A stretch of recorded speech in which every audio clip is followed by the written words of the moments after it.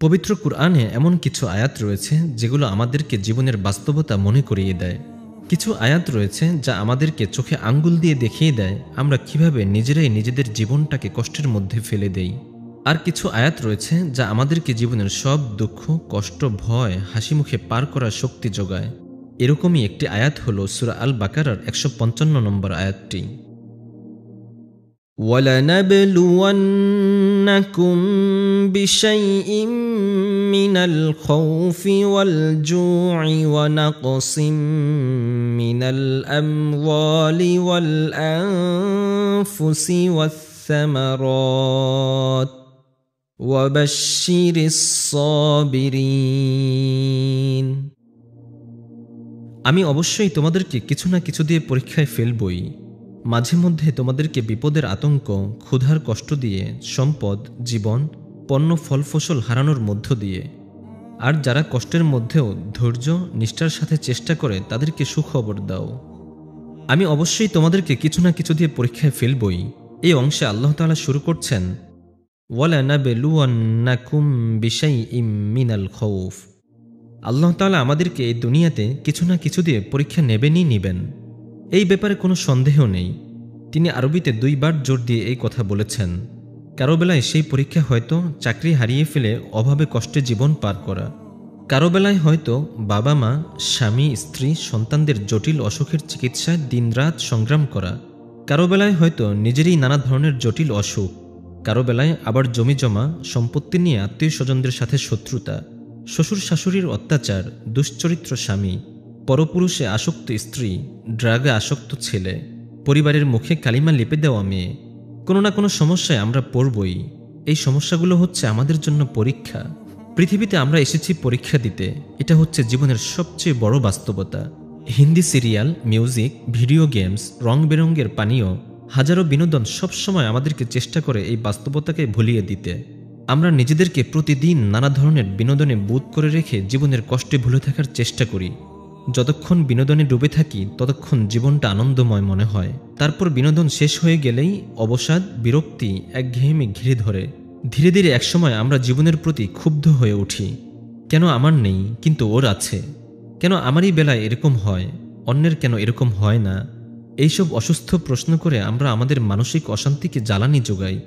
এত যে অশান্তি, তার মূল কারণ হলো আমরা যে এই জীবনে শুধু পরীক্ষা দিতে এসেছি, এই কঠিন বাস্তবতা ভুলে যাওয়া। মাঝে মধ্যে তোমাদেরকে বিপদের আতঙ্ক, ক্ষুধার কষ্ট দিয়ে, জান মাল, ফসল হারানোর মধ্য দিয়ে এই অংশে আল্লাহ তাআলা আমাদেরকে কিভাবে পরীক্ষা নেবেন তার কিছু উদাহরণ তিনি আমাদেরকে দিয়ে দিয়েছেন।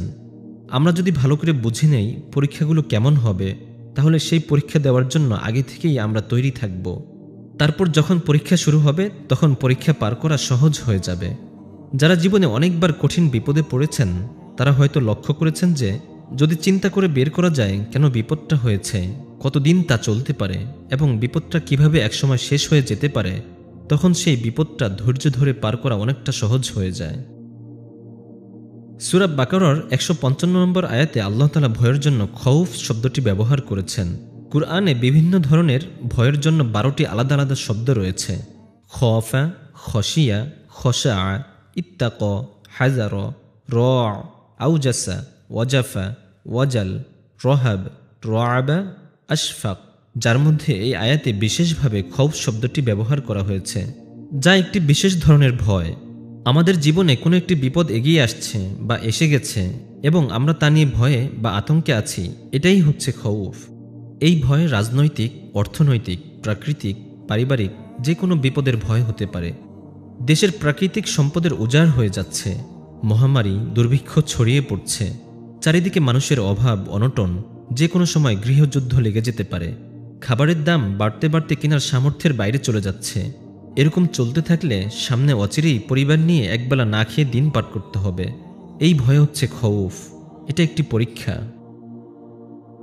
সূরা বাকারার এই আয়াতে উল্লেখিত আরেকটি পরীক্ষা হচ্ছে ক্ষুধার কষ্ট। ক্ষুধার কষ্ট থেকে বাঁচার জন্য মানুষ এমন কিছু নেই যা করে না।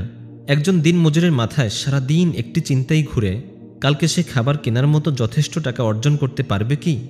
একজন চাকুরিজীবী সবসময় দুশ্চিন্তায় থাকে, আমি মারা গেলে আমার ছেলেমেয়েরা খেয়ে পরে বাঁচতে পারবে তো? একজন ব্যবসায়ীর মাথায় সবসময় হিসেব ঘুরতে থাকে, ব্যবসায় কতটা পর্যন্ত লোকসান হলে না খেয়ে পথে বসতে হবে না। সকালে ঘুমের থেকে উঠে মাথায় চিন্তা আসে নাস্তায় কি খাবো, যা খেয়ে দুপুর পর্যন্ত ক্ষুধার কষ্ট লাগবে না। দুপুরে খাওয়ার সময় মাথায় চিন্তা আসে কত খেলে আর বিকেল পর্যন্ত ক্ষুধার কষ্ট করতে হবে না, একবারে রাত পর্যন্ত থাকা যাবে। রাতে খাওয়ার সময় হিসেব চলে ফজরের সময় উঠলে আবার ক্ষুধা লেগে যাবে না তো। যারা জীবনে একসময় অনেক অভাবে পার করেছেন, প্রতিটি দিন সংগ্রাম করতেন কিভাবে মাস চলবে, কিভাবে বাচ্চাদের খাওয়াবেন, তারা যখন একসময় গিয়ে সচ্ছল হন, তারপরও তাদের অনেকের ভেতরে আবার অভাবের জীবনে ফিরে যাওয়ার আতঙ্ক চলে যায় না।